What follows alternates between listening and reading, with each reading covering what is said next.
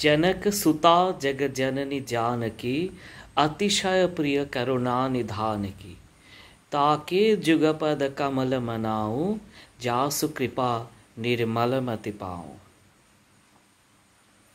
এটা তুলসীদাসজির রামচরিতমানসের থেকে নেওয়া হয়েছে এবং রামচরিতমানস এটি বিখ্যাত গ্রন্থ।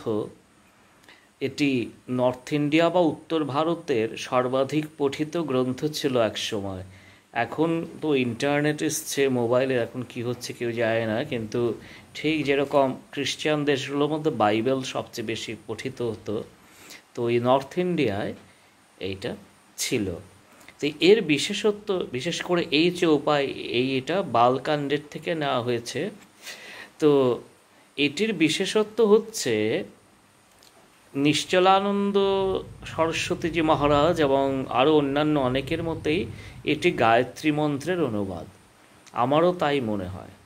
বৈদিক বা সাধারণত সনাতন ধর্মে যত মন্ত্র আছে, এই যে অনেক মন্ত্র আছে, আমিও এখানে তন্ত্রের কথা অনেক বলেছি, যদিও চ্যানেলের নামটা ইন্ডিক স্টাডিজ, কিন্তু ইন্ডিক স্টাডিজ মানে শুধু তন্ত্র নয়, বঙ্গে প্রচলন বেশি, কিন্তু অনেক জিনিস আছে। কিন্তু দেখা গেছে আমি মাঝখানে রামরাজ্য নিয়ে একটা করেছিলাম, আমি যদিও এটা ফলোয়ার্স বা এসের জন্য করছি না, তো ওই ধরনের যেগুলো ভিডিও করা হয় লোকে পছন্দ করেন না, কিন্তু ওই শক্তি তন্ত্র দেবী এই ধরনের খুব বেশি পছন্দ করেন। তো যেহেতু আমি বাংলায় করছি, আর বাংলায় ধর্মেরই এটা মূলত একদিকে শক্তি একদিকে কৃষ্ণ কেন্দ্রিক, কিন্তু সেটা হলেও গায়ত্রীটা সর্বোপরি মানা হয়। এই যে বেদের এককালে তো এটা সবার জন্য ছিল, বৈদিক যুগে গান হতো, কারণ প্লুরালে আছে তো ইয়োন্নাহ আমাদের প্রচোদয়া, কিন্তু পরবর্তীকালে স্মৃতির শাসনের যেটা সিক্রেট করে দেওয়া হয়, তো গায়ত্রীতে শুধু দ্বিজাতির অধিকার ছিল, ব্রাহ্মণ ক্ষত্রিয় বৈশ্য এরম করা হয়েছিল। অনেক সময় বৈশ্য এবং ক্ষত্রিয়দের অন্য গায়ত্রী মন্ত্রও দিত, এই ঠিক এই সাবিত্রী নয়, তো অন্য গায়ত্রী মন্ত্র। তো তন্ত্রে তারপর সবার জন্য গায়ত্রী দেওয়া হয়েছে, বিভিন্ন দেবদেবের। এখানে এই কথাটা মনে রাখতে হবে, গায়ত্রীটা আসলে ছন্দের নাম, মন্ত্রের নাম নয়। জগতী, গায়ত্রী, ত্রিষ্টুপ, অনুষ্টুপ, এই তো বিভিন্ন বৈদিক ছন্দ আছে, গায়ত্রীটা ছন্দের নাম। এই মন্ত্রটার প্রকৃত নাম হচ্ছে সাবিত্রী মন্ত্র, যেহেতু সবিত্রী দেবের, সূর্য বা সূর্যরূপী পরমেশ্বরের। সূর্য প্রত্যক্ষভাবে আমরা কাকে দেখি, সূর্য অগ্নিরা প্রত্যক্ষ দেবতা বলা হচ্ছে বেদে বা অন্যত্র পুরাণেও। বিষ্ণু শিবরা যাই বলা হয়, পরমেশ্বরের বিভাব বলুন বা শক্তিশালী, এদের আমরা চোখে দেখি না। সূর্য প্রত্যক্ষ দেবতা, অগ্নি প্রত্যক্ষ দেবতা।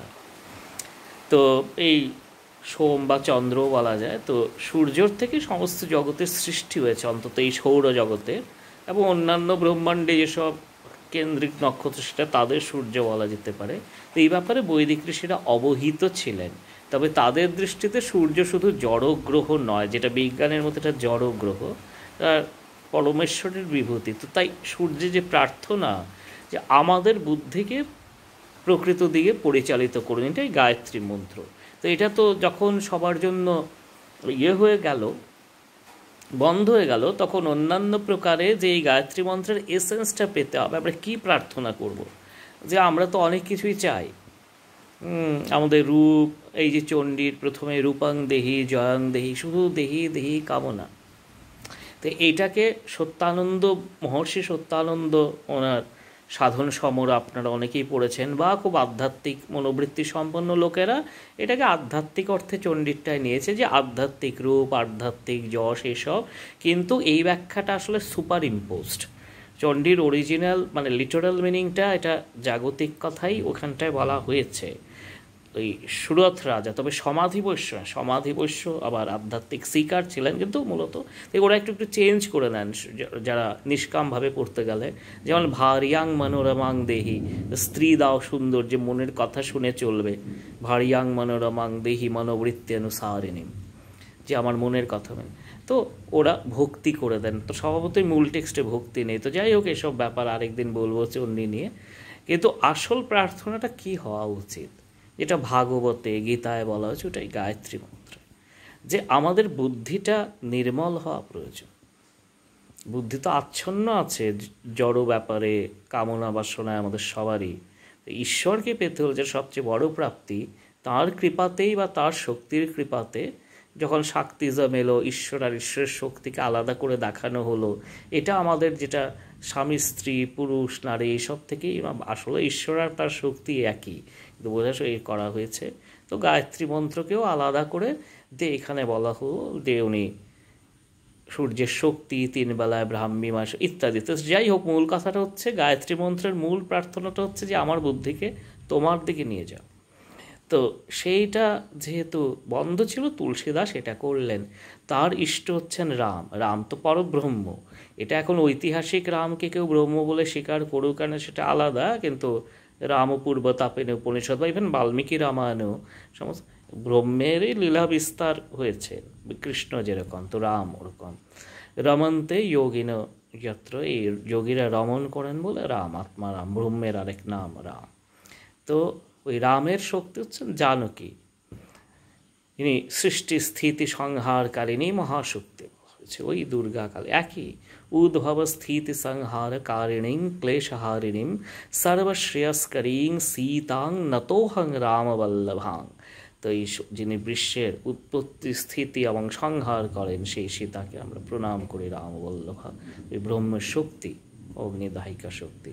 তো এই প্রার্থনায় জনক সুতা জগ জননী জানকী, যিনি জনক রাজার কন্যা আবার জগতের জননী। কি অদ্ভুত ব্যাপার দেখুন, উনি জগতের জননী আবার উনি জনকের কন্যা। এইটা দেবী সূক্তে জিনিসটা হিন্ট করা হয়েছে, আহম রুদ্রে বিমল। হ্যাঁ, তো যারা জানেন দেখে নেবেন, বোঝো লোক জানো সন্ধানে, ব্যাপার বেশি বলছি না। অতিশয় প্রিয় করুণা নিধানকী, রামের অত্যন্ত বল্লভা। এখানে অঙ্গাঙ্গী অংশাংশী ভেদ যেরকম, মানে আমি আমার অংশ, হাত আমার অংশ, আমার ওরকম রাম সীতা, চন্দ্র চন্দ্রিকা রিভ, তাই না, অভেদ। বাকি যেটা যারা ঐতিহাসিক ব্যাপারে জিজ্ঞেস করেন যে ঐতিহাসিক রাম সীতা কেছে, সেগুলো আধ্যাত্মিক সাধকের পক্ষে অবাধ্য প্রশ্ন। আর এরও আধ্যাত্মিক ব্যাখ্যা রয়েছে, রাম ঠাকুরের বেদবাণী বা অন্যান্য বইতে পাওয়া যায়। তো যাই হোক, তো এখানে বলা হয়েছে ওই রামের যে শক্তি, অর্থাৎ ব্রহ্ম শক্তি, যে মহামায়া, ওই রামের তার কাছে প্রার্থনা, ওই গায়ত্রী প্রার্থনাটাই এটা অনুবাদ করা হয়েছে, ধিও ইয়ো নঃ প্রচোদয়াৎ। সো এই মন্ত্রটা গায়ত্রীর মূল এই পাঠটা, যে আমাদের বুদ্ধিকে উনি পরিচালিত করুন, সেই সবিত্রী দেবের, বরেণ্য সবিত্রী দেবের শক্তিকে। তো এখানে জনক সুতা জগ জননী জানকী অতিশয় প্রিয় করুণা নিধানকী। তো তিনি করুণা নিধান, অর্থাৎ শ্রীরামচন্দ্রের অত্যন্ত প্রিয়। তো এই শক্তির প্রতি আমরা কি চাইব, তাকে যুগপদ কমল মানাও, তার যে চরণ কমল, দুই পা, তাকে যুগপদ কমল মানাও, যাসু কৃপা নির্মলমতি পাও, যে তার কৃপাতে মনের মলিনত্বটা মুছে যায়। সেই এই মনের মলিনত্ব মোছাটা সবচেয়ে দরকার। সেই ওই প্রার্থনাটাই হনুমানজির কাছেও করেছেন, গুরুতত্ত্ব কৃপাকার গুরুদেব কে নাই। তো এই প্রথমেই